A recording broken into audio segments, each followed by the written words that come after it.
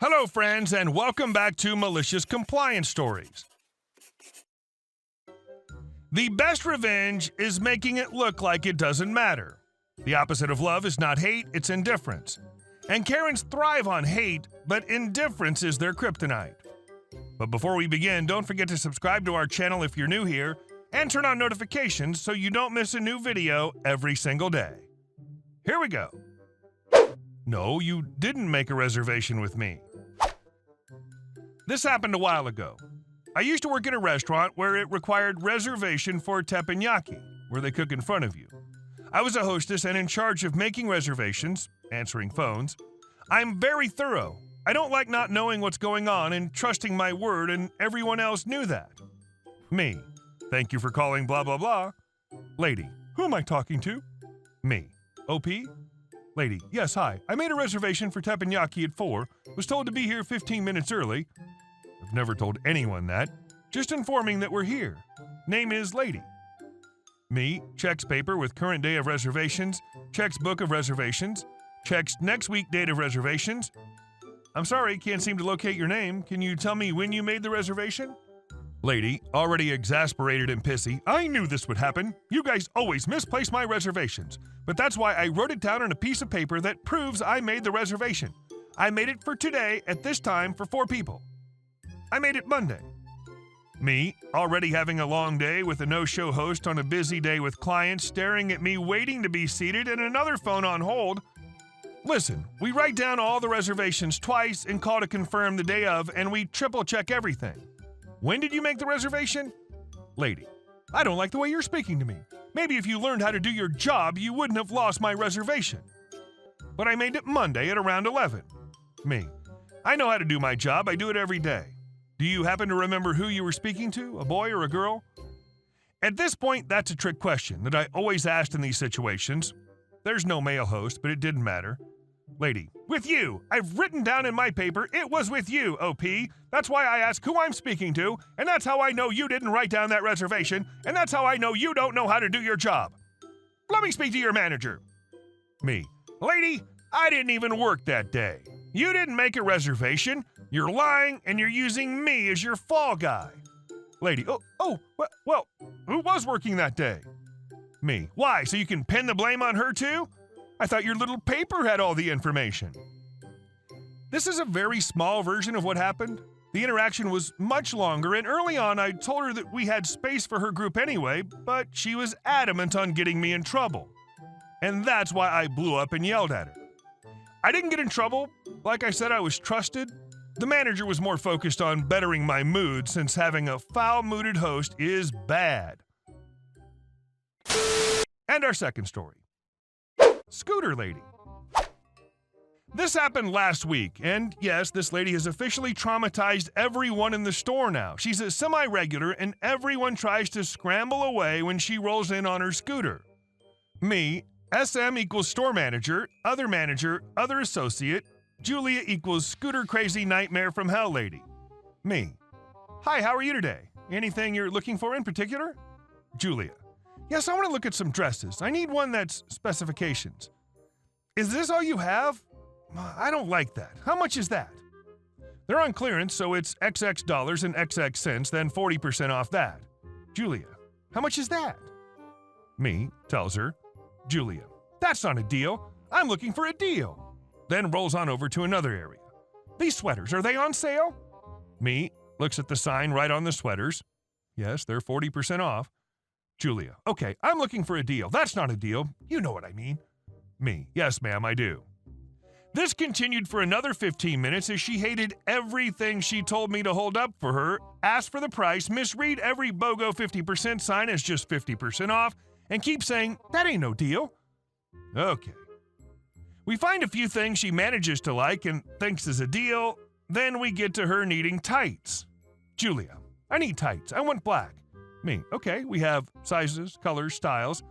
Julia. I want black sheer. I bring her the size she would be according to the weight chart. She insists she wants the next size because she wants them loose. When I bring her that size, she yells at me saying she's not that big. She doesn't want this certain style. She's okay with the super opaque, which is much darker than she told me she wanted. Now she wants another color. This adds another 12 minutes of going around in circles as I'm getting frustrated with her constantly telling me she doesn't want what she just told me she wanted. When I get back to the register where she's plopped, I hear her talking with my manager, but not the conversation. Julia: okay, I need a new bra. I think I'm blah blah blah size. I need to be measured. Me: okay, I can do that for you. Julia: really? You can do that? She's skeptical because she's in her late 60s and I'm in my late 20s. Apparently I'm like 5 years old in her mind. Needless to say, another 10 minutes of arguing about how she's always been this certain size and I must be wrong. I go back to fetch something else for her, and when I come back, she says she wants me to total her stuff and she was going to get 30% off her whole purchase. I asked her if that was a coupon, customer courtesy, or what. She starts to turn a little nasty because I was questioning her. She keeps saying, they said 30% off my purchase.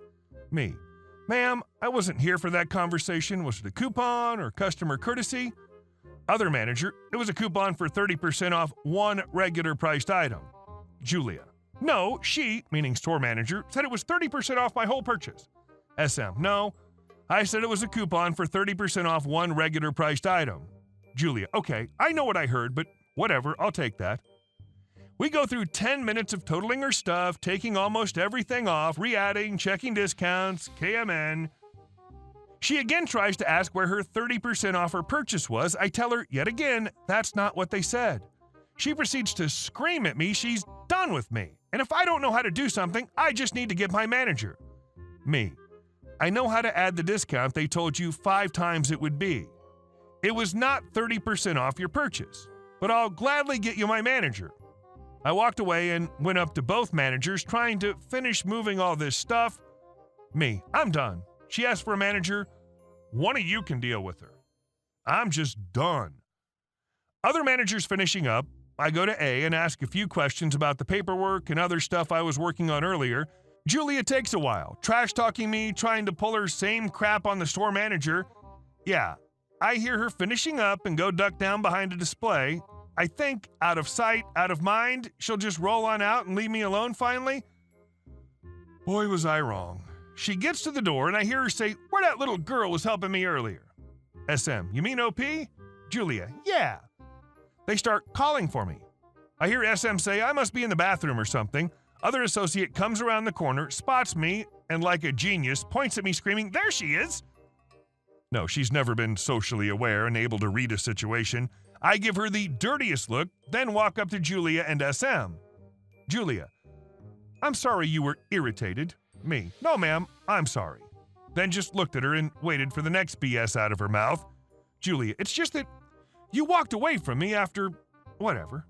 Me: you told me you didn't want me anymore and to get my manager, which I did. I was just giving you what you wanted. You know what? Have a nice day. As I started walking off, she did that little motion with her hands where she grabbed at the air telling me, bye. The second she wheeled her butt out, other manager comes up to SM and reams her out for 10 minutes for not interfering for her treating me like garbage, not kicking her out because she's so obnoxious and allowing employee abuse. She shouldn't have let it go anywhere near that long, being condescending, etc. SM is pouting, about ready to cry, says that we need the sales. And this gets other manager in another uproar. Other manager: not at the cost of a good employee. It ended with me telling SM I will never help Julia again. I will walk away and not subject myself to any more. The whole store finds out about the interaction and shares their stories of her with me. She always magically can't listen, read a sign, always argues, turns you into her personal shopper, is incredibly rude, and just wastes your time over a small sale. And our last story. Towed my neighbor's car after she boxed in my fiance's car in our driveway. My fiance, 30-year-old female, and I, 29-year-old male, barely moved into this house a few months ago. The first week, we noticed a parked car on our driveway, which obviously didn't belong. When we went outside, the lady who lived next door asked if this was okay. Her house is right at the corner of the street and there's no driveway. She said the last owner was fine with letting her park there, so she hoped we wouldn't mind. Our driveway's big enough for 2 cars, so we said for now it was okay. After our son was born and I had to go back to work, we decided to buy a second car so it's easier for her to get around. All 3 cars don't fit, so we had to tell our neighbor she can't park there anymore. Ever since, it's become a whole issue. Once she was parked behind me when I was leaving early in the morning, so I had to go banging on her door at 6 a.m. She had the audacity to be mad for waking her up.